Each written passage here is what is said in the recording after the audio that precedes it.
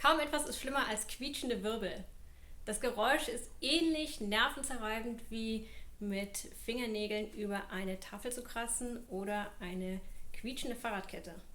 In diesem Video gibt es unangenehme Geräusche, die von sensiblen Ohren als Quietschen der Verdammnis wahrgenommen und Gänsehaut, Schüttelfrost und Übelkeit hervorrufen können. Damit alle das Video dennoch genießen können, werden diese Abschnitte optisch mit einem roten Balken markiert, der eine Sekunde vor Auftreten des Geräusches erscheint und mit dem Verschwinden des Geräusches erlischt. Hier ein Test.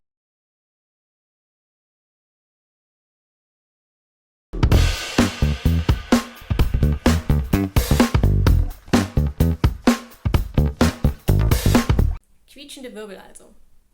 Vor kurzem wurde ich gefragt, ob ich dagegen ein Mittelchen wüsste, und gleichzeitig wurde mir eine Lösung vorgeschlagen, wie man das denn machen könnte, die aus einer sehr zuverlässigen japanischen Quelle stammte. Ich war natürlich höchst neugierig und habe es ausprobiert. Das Ergebnis? Seelenfrieden. Also zugucken, nachmachen und das Leben genießen. In diesem besonders schrecklichen Ausmaß kommt das Problem eigentlich nur bei Acryl-Itomaki vor und auch nicht bei allen. Wer von euch nicht weiß, was ich meine, herzlichen Glückwunsch. Das kann man wirklich niemandem wünschen. Aber für all diejenigen unter euch, die es kennen, ab heute wird alles besser. Um Missverständnissen und Zweifeln vorzubeugen, werde ich euch jetzt das Geräusch des Grauens demonstrieren. Also für diejenigen unter euch, die sensible Ohren haben, macht euch darauf bereit, eure Lautsprecher zu muten. Es geht los.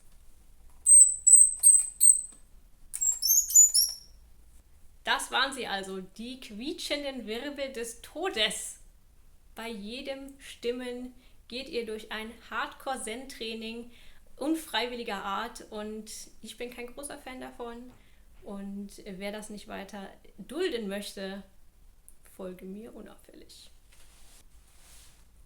Um dem Quietschen aus der Hölle endgültig den Garaus zu machen, brauchen wir nur einen Arm voll nützlicher Dinge, die wir sowieso im Bad und in der Küche stehen haben. Und zwar ein Küchentuch, dann ein Putzschwamm, Wattestäbchen, Spülmittel und Küchenrolle oder Klopapier oder auch einfach nur das Baumwollküchentuch. Außerdem brauchen wir für das Ganze noch Wasser und deswegen mache ich das heute für euch hier in der Küche. Ihr seht, das sind alles ganz normale Putzutensilien, die man normalerweise zu Hause rumstehen hat. Und tatsächlich ist die Lösung des Problems, den Itomaki gründlich zu putzen. Wir werden gleich sehen, dass am Itomaki selbst, dort wo er im Tenjin steckt, Rückstände sind und die verursachen das Quietschen. Das Einzige, was jetzt noch fehlt, ist die Shamisen. Also, zack! Was wir jetzt gleich machen, ist, dass wir die quietschenden Wirbel einfach gründlich reinigen und dafür müssen wir sie natürlich erstmal abnudeln. Und zwar geht das am einfachsten, wenn man den Wirbel löst und dann einmal an der Seite zieht. Und normalerweise, Vorführeffekt, nudelt sich das dann von selber runter, hier nicht. So, rausnehmen. Und hier seht ihr jetzt schon, dass der Itomaki hier Rückstände hat. Und die schrubben wir jetzt gleich ab. Wir putzen jetzt also einfach diesen Wirbel, und zwar dieses Stück. Der Teil ist ja sauber, den könnt ihr einfach ignorieren.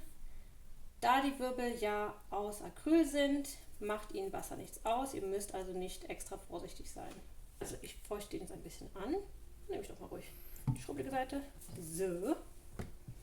Dann ganz kleines bisschen Spüle drin. Ups, schon viel zu viel. Zack. So, und dann noch loslegen.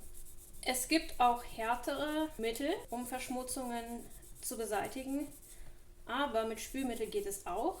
Und alles, was stärker ist als Spülmittel, ist normalerweise schlecht für die Umwelt, teuer und auch schwer zu kriegen. Also mein Rat, nehmt einfach Spüli und es wird damit gut genug. Dass man hier noch Verfärbung sieht, bedeutet nicht zwingend, dass auch noch wirklich Reste dran sind. Es kann sein, dass es nur eine Verfärbung ist. Ich habe es jetzt mal abgespült, dann trocknen wir es einmal ab mit dem Küchentuch. So, wunderbar. Und den legen wir jetzt beiseite. Und jetzt reinigen wir die Sagane. Da man den Tenchi nicht schlecht überm Waschbecken machen kann, nehme ich hierfür ein Wattestäbchen, tunke es so ein bisschen in das Spüliwasser ein und dann gehe ich damit einfach in die Sagane rein, schrubbel von innen an der Innenwand entlang. Seht, da kommt schon Schmadder ab, wunderbar. Und auf der anderen Seite auch.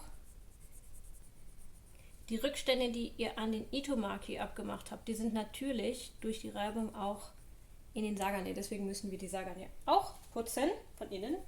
Da die Itomaki am Spitzenende meistens vor allem innen anliegen, achtet beim Putzen besonders darauf, dass ihr die Innenseite auch wirklich gut abarbeitet. Ich mache das so. So. Dass ich von innen reingehe und dann an der Innenwand entlang reibe. Und wie spülen wir das Ganze jetzt ab? Dafür kommt jetzt die Küchenrolle zum Einsatz, Küchenrolle. Und zwar machen wir ein kleines Stückchen ab. Klopapier geht auch. Oder ihr nehmt das Küchentuch und macht es feucht.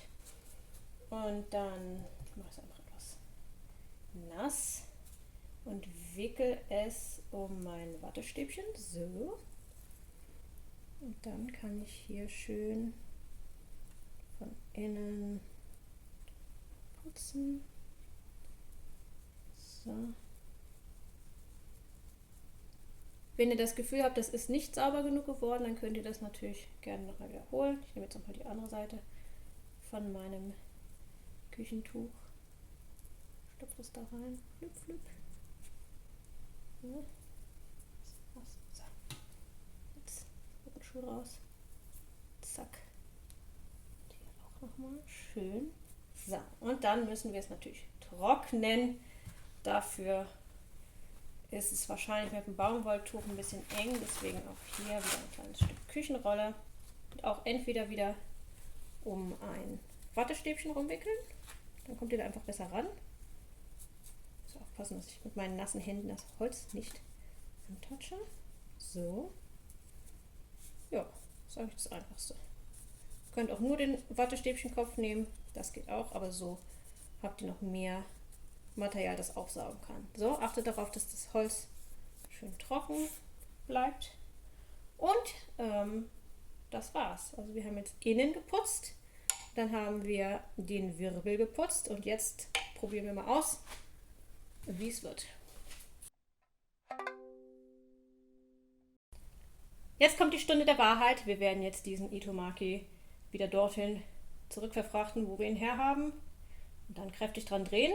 Und dann werden wir sehen, ob das gereicht hat oder nicht. Also, es geht los.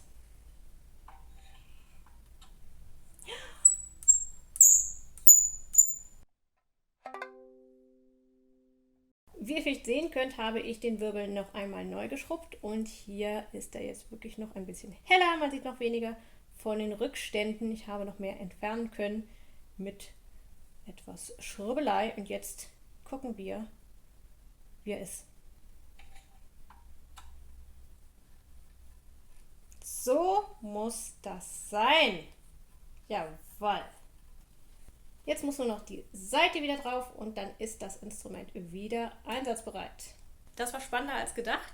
Als ich das erste Mal ausprobiert habe, hat es beim ersten Mal gleich geklappt, aber so ist es auch schön, euch das direkt gezeigt zu haben, wie viel man tatsächlich daran arbeiten muss, bis alle Reste ab sind.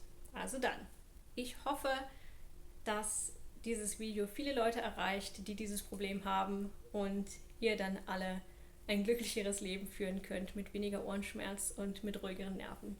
Also dann, wir sehen uns nächste Woche wieder. Bis dahin, alles Gute. Tschüss.